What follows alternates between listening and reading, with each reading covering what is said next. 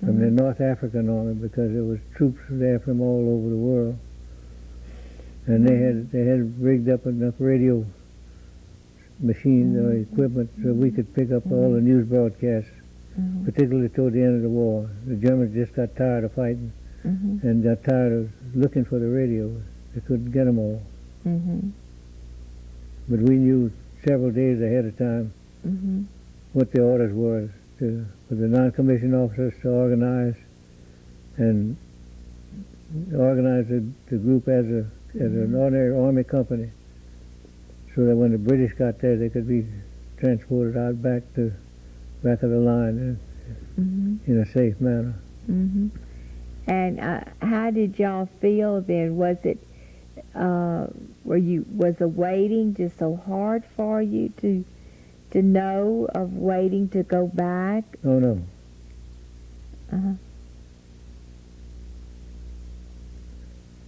What? Anything was worth waiting for. It was worth waiting for. Tell me, and you were sent where after you left the camp? Where were you sent to? We were examined, given clean uniforms, and flown to. My group was flown to England to a hospital. And stayed there for 2 months before discharge. And you came home on a troop ship, or you flew? Came home on the Queen Mary. Oh, wow. And what was it, do you mind telling me, what were your emotions when you saw the land that you said you went into New York? Yes. And I bet, what a feeling, I bet. Can you describe how No, I can't. How you felt to see? Just too elated. Just too happy, huh? Oh, I bet that was some overwhelming emotion. Yes, it was. I bet, were there times that you thought you would never get home again? No, I never really thought that. After that first night, we were captured. Well, that's wonderful. That you thought you would go home then. Yes. So many I've talked to said they thought they would never ever see the U.S. Well, I'm sure again. some of those were in longer than I was. You know, but I know that was wonderful, wasn't it? And then where did you go after you hit New York?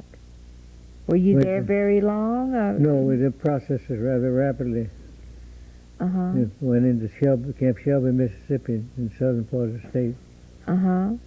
Then, since we had no service records, we were ordered, every one of us were ordered down to Miami, Florida, for 30-day rest and recuperation while they made up new Army records for us.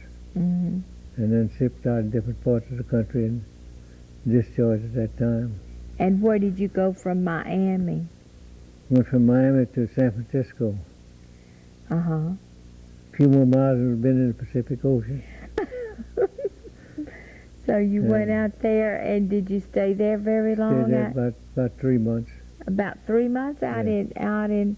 What did y'all do in that 3 months time? Well, I volunteered and sorted mail, rerouted mail that came in for the boys in the Pacific.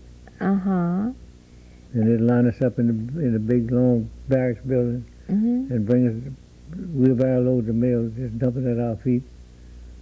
And we sort through them and readdress them and send them on.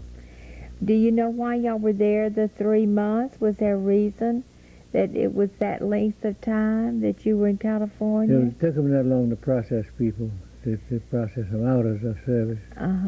They were doing the best job they could. Yeah. And tell me, is there, what in ways that you feel that being a prisoner or being in the service changed you, you know, for the good, or what all? Well, primarily, I think I learned to be patient. I learned to follow orders, but I learned to be patient. And what would you say to young people today about war? If you had to teach a lesson in school to the young people, what would you advise them? What would you tell them that are going in service? That are going in the military? Yes. That the best they can do is always do the best job they could. then get the most benefit from it. What about some of them that are thinking of it as career Yes. or as training? How would you tell them? There again, if they'll do the best job they can, they'll reap the benefits. I have a grandson who's just finished a course in nuclear submarines. He's a nuclear sub commander in the Navy. And he went right from high school into the Navy. And then the commandant of the Naval Academy appointed him to the academy. And he graduated last year. And he graduated from the Naval Academy? Yes. That's wonderful. Very, very good. And he'll be a submarine commander. And there's so many, do they afford a lot of opportunities, I imagine, for young people? Educational opportunities. He couldn't get, he knew he wanted to be a nuclear scientist. But he couldn't find a university in the country that he could afford, or his father, his parents could afford to send him to get a degree in nuclear engineering. So the only alternative was to join the Navy, which he did, doing the best job he could. He received this appointment. That sounds very, very wonderful. And on the other branches of service, it applies the same all across the service. Oh yes. That they do all across there, give the opportunities for education. That's right. Do you have to sign up for a certain length of time today to make it a career or to get to take advantage of the? They have minimums, but I've lost track of what their minimum service time is. To do, but that is a wonderful thing. That, like your grandson, to get to do that. Do you ever miss the camaraderie that you had in the service? It's, like when you look back, was that very special? In a sense, yes, but in a sense, no, too, because my primary interest at that time was horticulture. And I was wanted to get into horticulture as bad as anything else that came along. And I was ready to devote full time to horticulture. When I was discharged, that's the first thing I did was enroll in school, continue my education.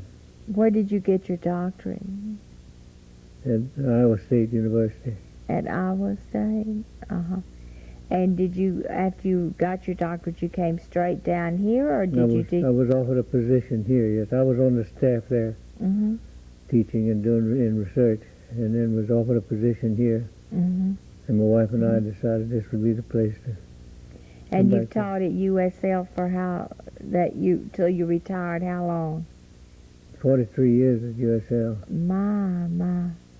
That's a long time. That's a long tenure, yes. You must have enjoyed it, though, very much. I have.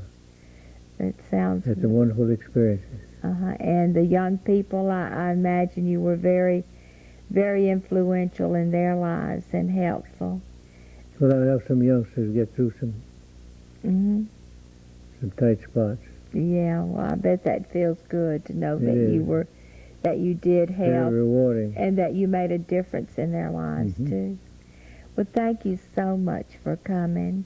I just appreciate that so much, that you would share with us of your experiences overseas, and it was good of you to come, and I appreciate it, Jim.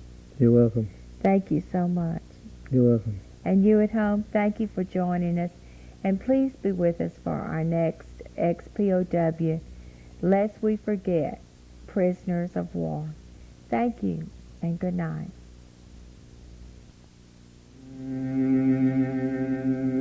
Mm-hmm.